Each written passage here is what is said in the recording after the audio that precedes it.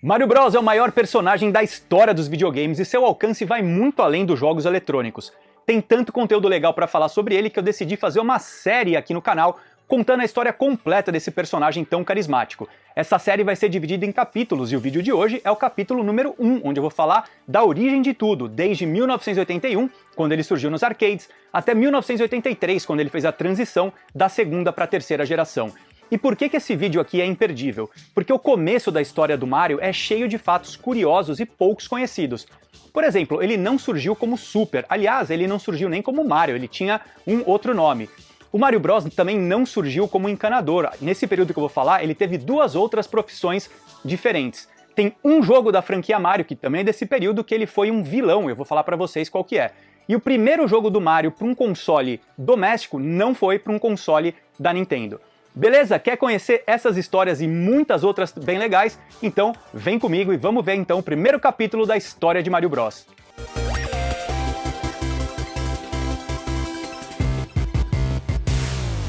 Eu sou o Luiz, esse aqui é o canal Retro Gamer Brasil. Mario Bros não mudou somente a história da Nintendo, ele mudou a história de toda a indústria dos videogames.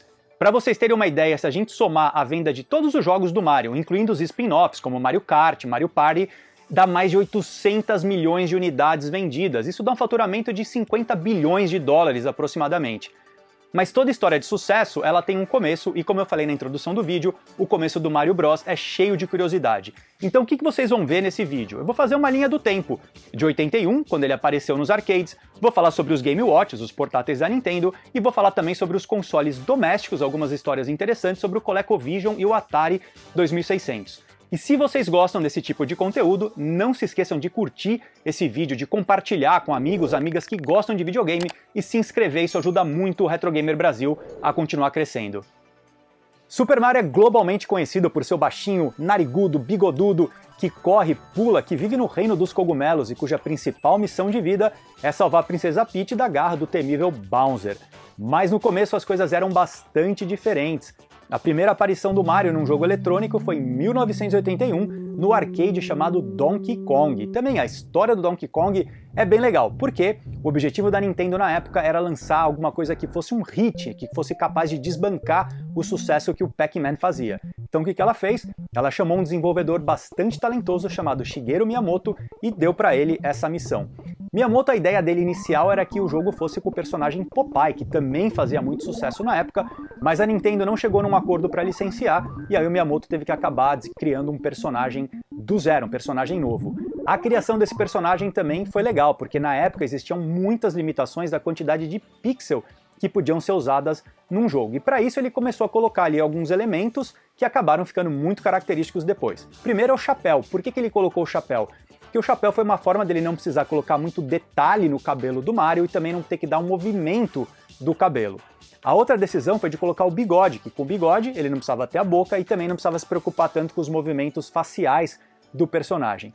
E o macacão é porque ele queria que o braço do Mario tivesse uma cor diferente da roupa, que ajudasse também na sensação de movimento. E aí nasceu o Mario como a gente conhece hoje, pelas limitações que existiam, acabaram surgindo coisas que foram muito características depois. Eu falei bastante do Mario, mas agora vamos para uma pergunta. O nome dele ali já era Mario, e essa é uma história confusa também. Por quê? No Japão, quando o arcade foi lançado, não existia nome para esse personagem, simplesmente não falavam nada. Já nos Estados Unidos, tinha ali uma pequena confusão, porque no manual do arcade, esse personagem era chamado de Jumpman, mas na propaganda que a Nintendo fez impressa, ali já falava a palavra Mario. E por quê? Da onde veio esse nome Mario? Outra história curiosa. Esse nome veio da Nintendo dos Estados Unidos, que na época a Nintendo tinha um galpão ali nos Estados Unidos e o dono do terreno do galpão era um cara chamado Mario Segale. E esse cara um dia foi cobrar o aluguel do presidente da Nintendo e eles tiveram ali uma pequena desavença, aquilo ficou muito caricato e a Nintendo resolveu dar o nome desse cara pro seu personagem. O Mario, com todas essas características, na hora que o Miyamoto viu, falou, pô, ele tem muito cara de ser um carpinteiro, até porque o cenário do jogo é uma construção. Então ali o Mario ganhou a sua primeira profissão, que foi um carpinteiro, e não um encanador, como ele virou alguns anos alguns anos depois. Também nesse jogo, que a função do Mario é salvar a Pauline, do Donkey Kong, foi quando ele ganhou o seu primeiro power-up, que é o martelo, né, aquele marreta que ele pega e que ajuda ele a passar pelos obstáculos do jogo. Esse jogo no final foi um grande sucesso, ele foi o arcade mais vendido no mundo inteiro nos anos de 1981 e 1982, que acabou fazendo que depois a Nintendo começasse a pensar em formas de expandir, de levar esse jogo para outros lugares. A primeira coisa que aconteceu foi em 82, quando a Nintendo levou Donkey Kong para um Game Watch, né, os seus portáteis, e foi um Game Watch muito legal porque ele foi num formato de 2 telas, de multiscreen, como era chamado, que depois foi bastante consagrado. Ainda em 1982, a Nintendo lança uma nova versão do Donkey Kong, chamada Donkey Kong Jr., que também tem uma grande curiosidade. Foi o único jogo da história onde o Mario foi um vilão. Nesse jogo, o filho do Donkey Kong, que é o Donkey Kong Jr., ele tem que salvar o pai dele, que é o Donkey Kong, que está preso numa jaula, só que o Mario é o cara que fica ali na frente da jaula e não deixa o Júnior conseguir chegar no pai. Então é o único jogo da história do Mario onde ele foi um vilão. Com todo esse sucesso, era de se imaginar que o próximo passo natural era para ir para o mundo dos videogames domésticos, para os consoles domésticos. Só que aí tinha um problema. A Nintendo, em 82, ela não tinha um videogame que fizesse uso de cartuchos. A Nintendo só tinha um console que era chamado de Color TV Game 6, e esse console era um console da primeira geração, da família dos Pongs, com jogo embutido na memória. Não tinha como fazer um jogo do Donkey Kong para lá. Então a Nintendo decidiu licenciar o jogo, e aí ela começou a ser assediada ali por 2 marcas, pela Atari e pela Coleco. Ela acabou fechando uma parceria com a Coleco e aí a Coleco lançou o Donkey Kong para o seu videogame, para o ColecoVision. Então, o primeiro jogo num videogame doméstico da história que apareceu Mario não foi para a Nintendo e foi sim para o ColecoVision. Depois a Coleco sublicenciou o direito do Donkey Kong para outras marcas e aí ele apareceu no Atari 2600, ele apareceu no Intellivision e depois apareceu numa série de outros microcomputadores. Beleza? Então assim a gente fecha essa primeira parte do vídeo, que é falar do jogo Donkey Kong, de como o Mario surgiu, e agora vamos para a próxima parte, que é falar a partir de 1983, quando o Mario finalmente ganhou um jogo para chamar de seu. Vamos lá!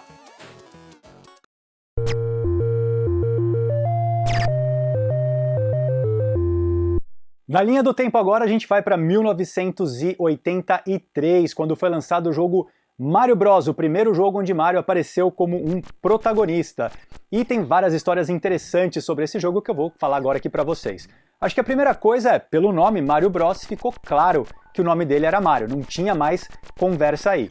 E uma curiosidade, vocês sabem qual que é o nome inteiro do Mario? Pois bem, ele chama Mario Mario.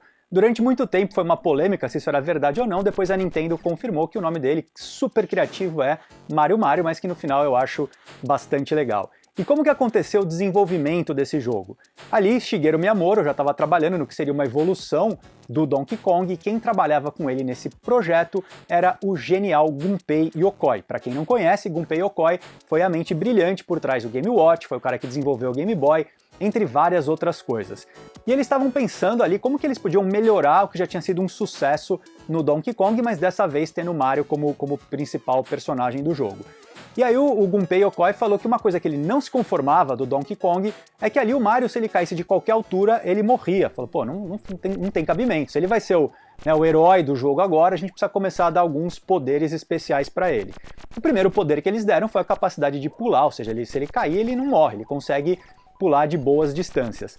Depois eles pensaram em dar mais um poder, que é a forma dele derrotar os inimigos. Se no primeiro jogo do Donkey Kong ele teve o primeiro power-up da história do Mario, que foi o martelo, nesse jogo deram para ele a habilidade de conseguir bater a cabeça dele, né, nos pisos, vocês estão vendo aqui na TV que tem esses pisos, quando o Mario bate a cabeça dele aqui embaixo, o inimigo acaba sendo acertado e aí o inimigo fica ali meio tonto.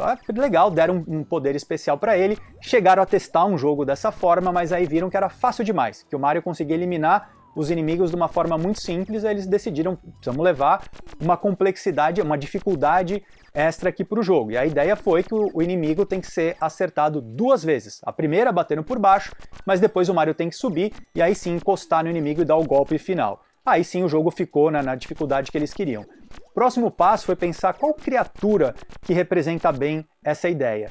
E aí veio a ideia de ser uma tartaruga. Por quê? A tartaruga, quando ela vira com o casco para baixo, ela fica ali imobilizada, ela não consegue sair fica uma presa fácil para o Mario ir lá e terminar o serviço dele. Então decidiram colocar uma tartaruga, e o que significa isso? Que é aí que surgiu o Koopa-Troopa, né? Dessa tartaruga que apareceu no jogo Koopa-Troopa, um personagem que ficou muito famoso pra frente. Nesse jogo apareceram ainda vários outros personagens e elementos, eu já vou falar daqui a pouquinho para vocês. Mas uma outra coisa legal foi que o Miyamoto começou a ficar ali meio encanado, porque no jogo as tartarugas elas vão descendo de cima e para baixo, mas elas começavam a acumular ali no andar de baixo, elas não tinham para onde ir.